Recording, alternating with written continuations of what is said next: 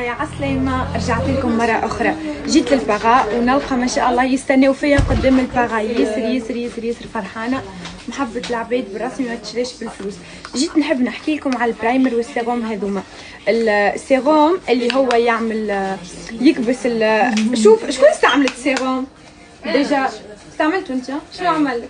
ياسر طيارة صراحة. شنو يعمل لك؟ ليفتينغ ناتشورال تحسه.